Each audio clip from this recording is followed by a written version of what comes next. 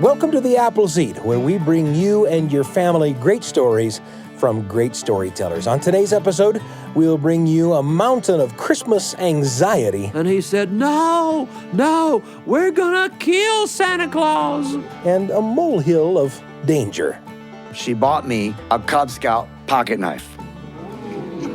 Young people, they used to give 8-year-olds pocket knives. I'm your host, Sam Payne, and today we have stories filled with Christmas cheer. We love Christmas time at the Appleseed, but we all know that the season comes with its share of challenges. From North Carolina, here's Donald Davis with Don't Kill Santa, recorded live in the Appleseed studio.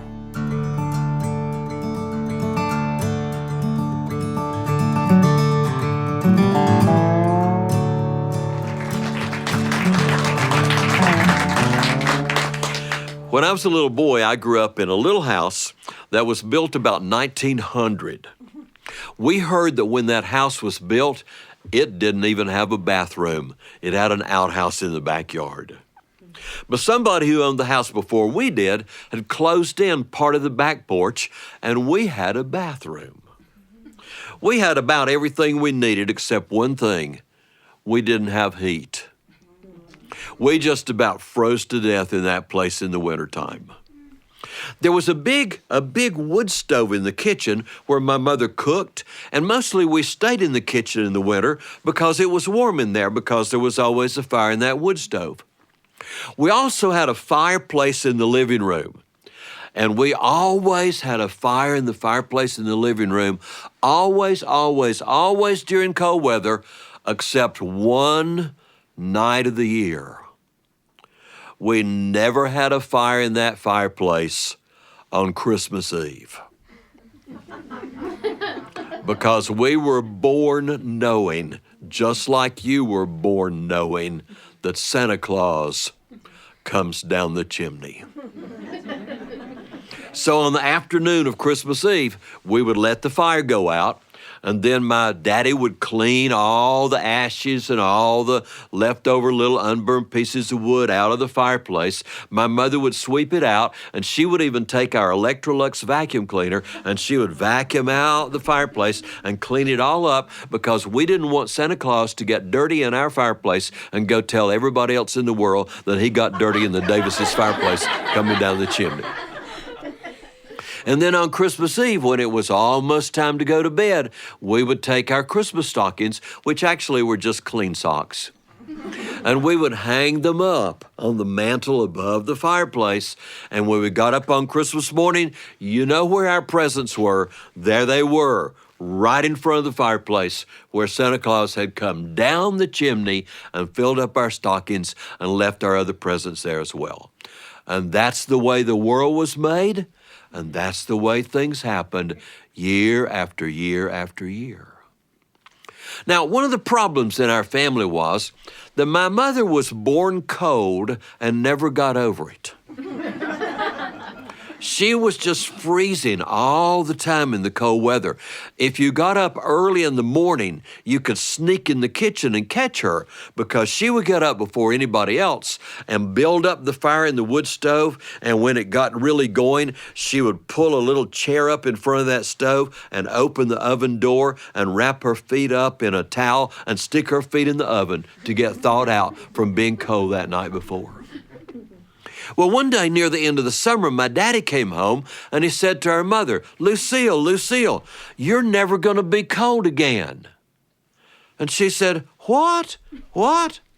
He said, yes, they had a big sale at Massey Furniture Company, and I bought us what's called a Siegler oil heater to go in the living room, and from now on, we're going to be warm in the wintertime. And men came the next day, and they brought in this big heater. It was square, and it was tall, and it was dark brown and cream colored. We thought it was so pretty. It was beautiful. And they showed my daddy how to light a Kleenex and drop it in the door and turn on the oil, and it would poof up, and you could look through a little window and see the fire in there. And my mother was so excited because now when cold weather came, she was going to be warm. Well, what I didn't explain was to put that heater in the living room, you know what they had to do? They had to put a metal plate over the fireplace. And that metal plate had a round hole in it where the stovepipe from the heater went into that round hole. And then the heater sat on the hearth right in front of where the fireplace used to be. But we didn't think about that. We were going to be warm now. In October, we had our first cold night, and my daddy started up the heater, and it got warm, and our mother went in there and hugged it and held on to it. And when the heat finally came all the way through her, some of the rest of us got a little bit of it.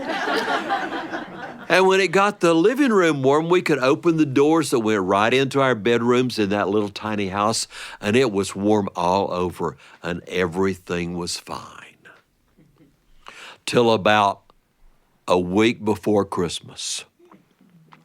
One night we finished eating our supper, and my little brother asked if he could go play in the living room because it was warm in there. And my mother said, "Thank you for asking." And he disappeared in the living room. The rest of us were still sitting at the table.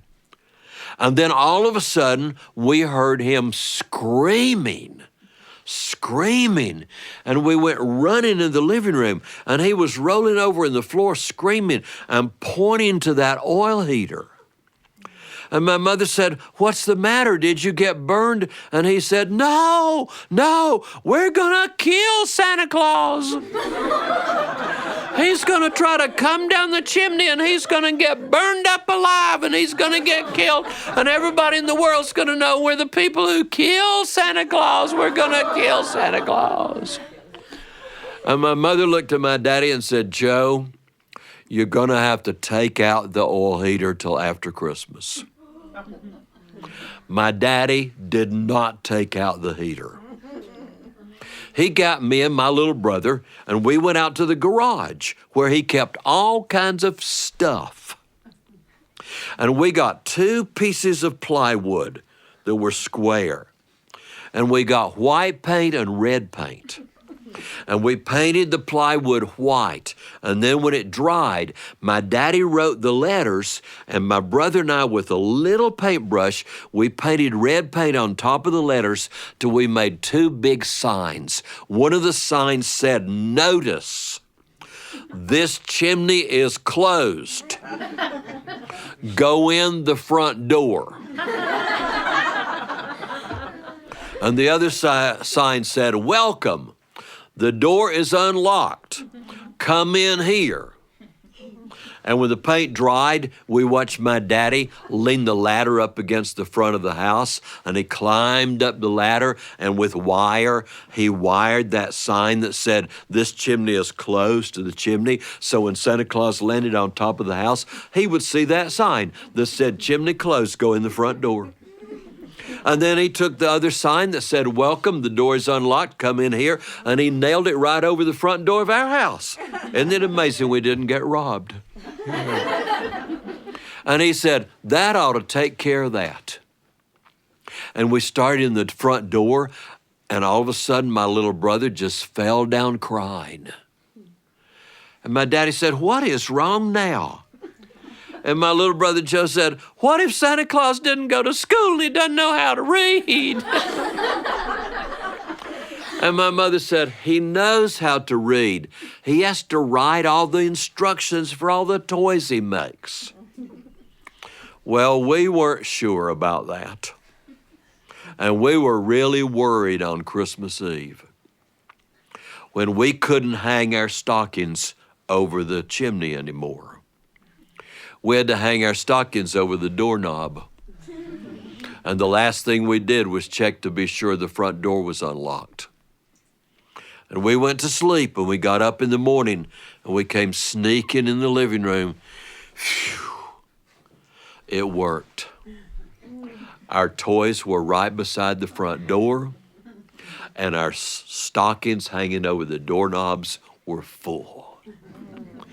Well, that year, when we put away all the Christmas decorations, we took those signs down and we packed them away with the other decorations. And the next year, when I was 9 and my little brother was 7, we put the signs back up, and Santa Claus came in the front door. And then we packed them away with the Christmas decorations. And the next year, when I was 10 and my little brother was 8, we put the signs back up. Santa Claus came in the front door. The next year, when I was 11 and my little brother Joe was 9, we put the signs up. Santa Claus came in the front door. We packed them away. And then before the next year, when I was 12, we moved to our new house. We were packing everything to move, and we came to the Christmas decorations, and there were those 2 signs. And my mother said, "Now, boys, when we made these signs, you were little boys. But you're not little boys anymore, and you probably know some things now you didn't know back then. Do you really think we need to take these signs to our new house?" And my little brother said, "Of course not. Our new house has a fireplace." And so the signs went away, and Santa Claus started coming down the chimney again. And if you happen to come and spend the night with us at our house, doesn't matter how old you are, if you know he's coming, Santa Claus will always come to see you.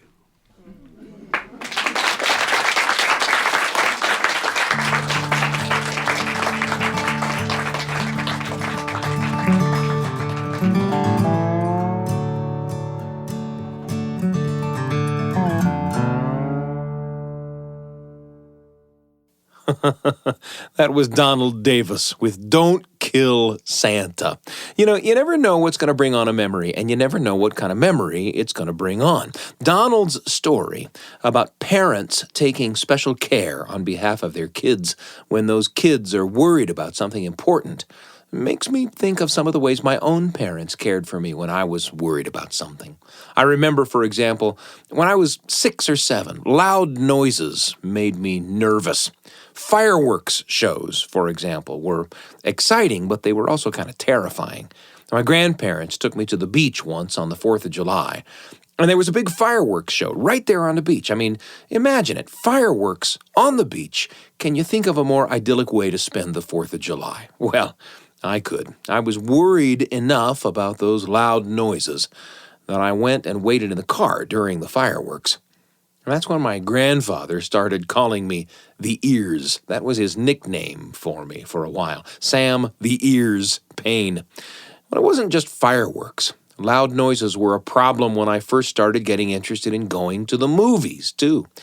My folks took me to see the very first Star Wars movie in 1977. It's probably not the first movie experience I had in my life, but it's for sure the first one I really remember. I was 5 years old, just about to turn 6, and the film was playing at the small-town movie theater called the Coral Theater, just a few miles from my house. Man, the memories in that theater. For years, later in high school, we'd see movies there just about every weekend, and by then it had run down a bit. We called it the Sticky Foot, and the enormous theater manager would walk up and down the aisle with a flashlight during movies and yell at you if you ever had your feet up on the seat in front of you. Those were the Sticky Foot days. But when I was 6, it wasn't the Sticky Foot, it was still the Coral Theater, a little jewel for the local moviegoer. And it was 1977, and it was Star Wars, and I was completely carried away by that experience. I was also terrified of the enormous, deafening sound coming out of the big movie house speakers. Just a minute or so into the movie, I turned to my dad, and I asked him if he would go and ask the folks who worked at the theater to turn the sound down a little bit. And my dad, he got up and walked out of the theater, and he came back in a few minutes. As far as I knew, he'd asked the projectionist to do what I'd asked. And I settled down in the knowledge that the rest of the movie wouldn't be quite so loud. I leaned my head against my dad's shoulder and watched Star Wars. Man, I loved that movie, and I loved my dad, too. And the next time we went to the movies, I didn't even wait for the movie to start. I just asked my dad if he'd run out real quick and ask the projectionist to turn down the sound a little bit. Well, my dad got up, walked out of the theater, came back a few minutes later, and we watched the show, my head on his shoulder. It happened over and over again at every movie I saw when I was a little kid. Thinking back on it, it's tough for me to imagine that my dad talked to the projectionist at all. I've often wondered if he walked out of the theater, wandered around in the lobby for a moment, came back in, told me everything was going to be fine. I've even asked him about it. He says he can't remember it ever happening at all. But I sure do. I suppose he could simply have turned to me in that first movie and said, listen, people don't ask the movie theater to turn the sound down for one kid. It's just not done. I mean, I guess he could have done that, but he never, ever did. He would always stand up, leave the theater, come back, and let me watch the movie with my head on his shoulder. And whether he actually did talk to the projectionist or not doesn't really even matter. Not a whole lot. That's a memory that sneaks up on me from time to time. Most times, I don't even see it coming, but I like remembering it. It's just one of those little signs, of which there are many more, signs of being taken care of by my dad. That's where Donald's story took me. Where did the story take you? And who will you take along?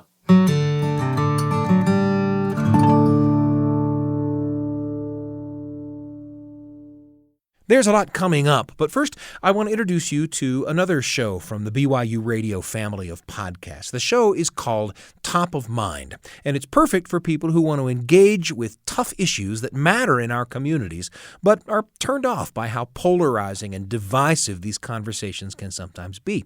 Each week, Top of Mind tackles one tough, important topic. An award-winning host, Julie Rose, talks with guests who have complicated perspectives that are sure to challenge you. Now, they're not trying to change your mind, just give you the chance to find more empathy and clarity so you can become a better citizen and a kinder neighbor. Listen to Top of Mind on Spotify, Apple Podcasts, YouTube, all kinds of ways to find Top of Mind and listen whenever you like, whenever you need it. Top of Mind with Julie Rose from BYU Radio. It's a pleasure to be with you today on the Appleseed, and it's time for another challenge of Christmas, waiting for it to get here. Here's Andy Offutt Irwin with a story called Secret Santa, recorded live in the Appleseed studio.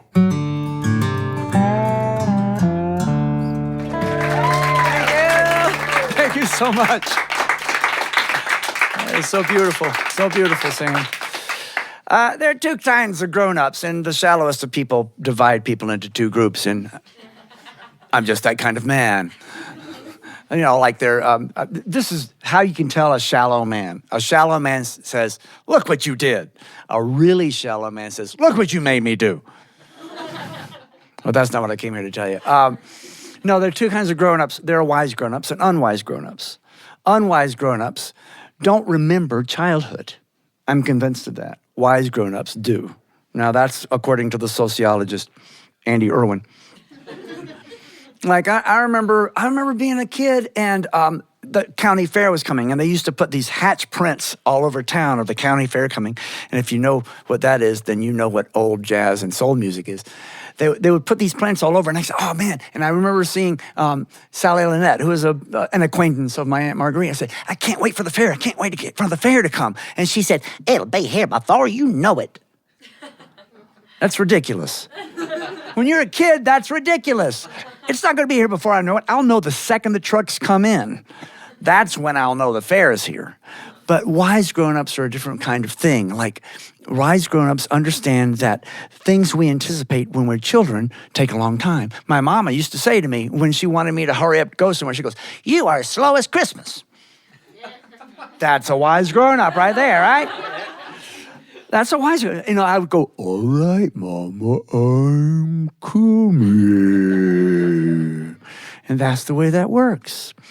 I couldn't wait to become a Cub Scout. When I was 7 years old, all I wanted really was the uniform. I thought it was beautiful. To wear medals and badges and have those little arrowheads, that's what we had back in those days, and to finally get that uniform. Because, you know, we all know that Cub Scouts, Boy Scouts, it's a paramilitary organization. Maybe you don't think it's funny, but still. But I couldn't wait to become a Cub Scout. I wanted to look more manly in that uniform. And I remember Marguerite, my Aunt Marguerite, seeing me in that uniform. There's that gold piping on the blue uniform. And I felt so, and then there's that little beanie kind of freshman hat. She goes, that hat is so cute. I didn't want to look cute, and I couldn't wait. Then I couldn't wait to become a Boy Scout. But I remember being a Cub Scout, getting a lot of arrowheads, and I went from wolf to bear. And my mama was so proud of me. We went to White's department store, which sold the official Boy Scout gear. If it's official, it's tops. You remember that? That's what Pee Wee Harris told us in Boys Life magazine. And we would go and it was a little clothing store, department store, a little, storefront in our town. And I would always go and peruse the Boy Scout equipment, and my mama would go and get a scarf. But when I became a bear, she was so excited, she bought me a Cub Scout pocket knife. Young people, they used to give 8-year-olds pocket knives, right? Yeah, absolutely. Yes, and we would carry them to school. No kidding. And people who've grown up my age will say stuff like, and we were fine. No, there were a lot of stabbings. So when I finally became a Boy Scout, I wanted to look just like the Boy Scouts on the commercial. There was a PSA, a public service announcement, and it was sung by Frankie Lane. And it was all these Boy Scouts camping. And he would sing, follow the rugged road, follow the rugged road. The Scouts, they're coming, they're leaving in the morning. Follow the rugged road. We didn't laugh at that commercial. Oh, it was beautiful. And their scouts were there. They were building fires, and they had their hatchets, and they were hacking things, and they were whittling things, and they were burning things. And that's what I wanted to be and couldn't wait. Now, back to wise and not wise grown-ups. Christmas takes forever when you're a kid, doesn't it? Part of that is the marketing. Part of it is August, when the catalogs start arriving. And you're a kid, and you look at it, August, September, October, November. That's 4 months, man. That's a third of the year. And you're like, oh, I can't wait for Christmas. I can't wait for Christmas. I can't wait for Christmas. And then if you're a kid and you're in a choir or you're in a band or something like that, they pass out the music in October. So it takes a long time. And I consider the holiday season beginning when we get the sheet music.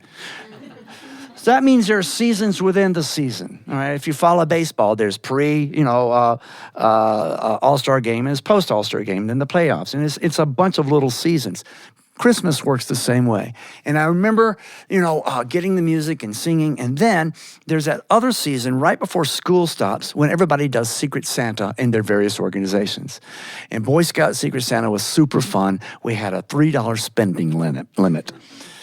That was pretty good money. And I remember going with my mama. She gave me $3. It was part of my allowance. All right, you've got to use your allowance to buy your Secret Santa something. And she was perusing scarves again, because she was always giving thank you gifts as scarves because they fit everybody. And I found it, man. I found that official Boy Scout piece of equipment that said that I had the maturity and the skill to do life-saving surgery. The official Boy Scout snake bite kit. Do you remember that? I'm not making that up, am I? No, I'm not. It's about half the length of a hot dog. It looks like half a hot dog weenie. And it's embossed. The official Boy Scout logo was embossed on the side. You unscrew it. Inside is a scalpel. A little X-Acto knife is what that was. A little alcohol swab. And Scout's Honor, this is real. And a little tourniquet string. And I ran to my mama. And it was $1.75. I'm going to make a little profit. I said, Mama, I want to give my Secret Santa this. And she took it. She unscrewed it. She saw the scalpel. She said, what the cuss?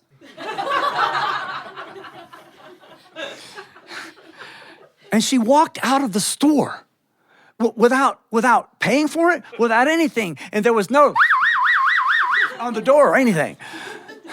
Sorry, Dan. And she walked out the store, and one of the ladies goes, Miss Tootsie. That was my mama's name. Don't laugh at my mama's name. And she marched. Remember marched? She marched to the Bank of Covington building, which was this Romanesque big building. Upstairs was a lawyer and one of the very first physicians in history, Roscoe Sams. He was an old doctor. He still used glass syringes. Okay, that's not funny. He had a jar of leeches. She walked past the nurse, who was the same lady as the receptionist, as the same lady as everything else. She got the little cap on, that little nursey cap. And then she walked in to Dr. Sam's office, and he had his feet up on his desk. He was reading the Covington News newspaper. There used to be a thing called newspapers. They were made of paper, and they would arrive in the morning, and your dog would go and fetch it for you if your dog was free range. We'll talk about that later. And she said, Dr. Roscoe. Now, he was a generation ahead of her, so she had to address him like that. Roscoe was his first name. Dr. Roscoe, look what they're selling, boys, at White's department store. Hi, Tussie, how are you? Now, Dr. Sam's is one of those guys that didn't need to clean the inside of his glasses because his eyebrows did it for him. What do you have there, honey? And he looked at it, and he looked at me, and he looked at my mom and said, White's department store. He opened it up. They're selling this to boys. And he reached down at the phone. Well, he was in the Kiwanis Club with E.G. Lassiter, the guy who ran White's, and he knew the number.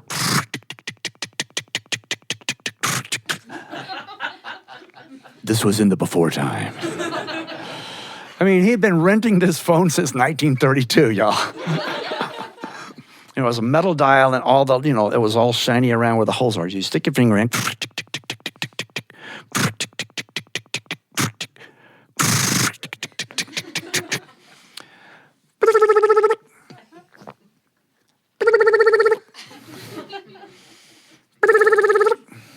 Dr. Roscoe looked at me. Andy, they're as slow as Christmas.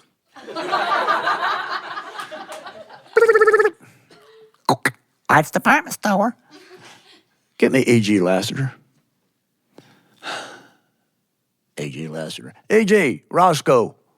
Y'all are selling these little hot dog-looking, snake-bite-looking things at the store.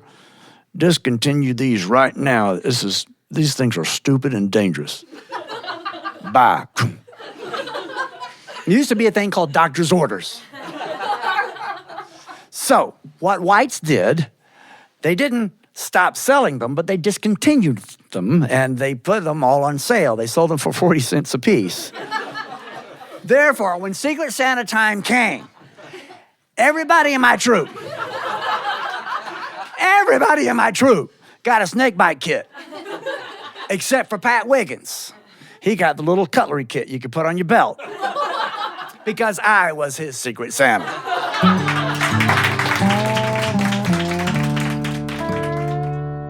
Andy Offutt Irwin with Secret Santa. I had one of those snakebite kits that Andy talks about in his story when I was a kid. It lived inside a first aid kit, inside a storage room at the end of the hall in the house that I grew up in. I never used that snakebite kit, but imagined using it hundreds of times. Those imaginations live in my memory even today. We hope these stories brought you some cheer today. Thanks to Donald Davis and Andy Offutt Irwin for sharing some of their holiday childhood memories with us. We hope those memories sparked some seasonal memories of your own that you'll pass along to the people you love. After all, sharing and listening to great stories can really change your family's world. The Appleseed is produced by Wendy Folsom, Sam Payne, and Brian Tanner. Our audio engineers are Ashton Parkinson and Carly Wilson. The rest of the Appleseed team is Kelly Wehrmeister, Trent Horton, Evadane Hendricks, Miriam Isay, and Tristan Schetzel. A special thanks to the subscribers of our podcast who rate us or leave reviews. You help people find the show. We also love to receive emails at theappleseed@byu.edu. Your thoughts and comments help us to shape the future of the Appleseed. We're pleased and proud to be among the many podcasts produced by the BYU Radio family. And you can find episodes of The Appleseed wherever podcasts are found, on the BYU Radio app or at byuradio.org/Appleseed. I'm Sam Payne, and the whole team can't wait to be with you again on The Appleseed.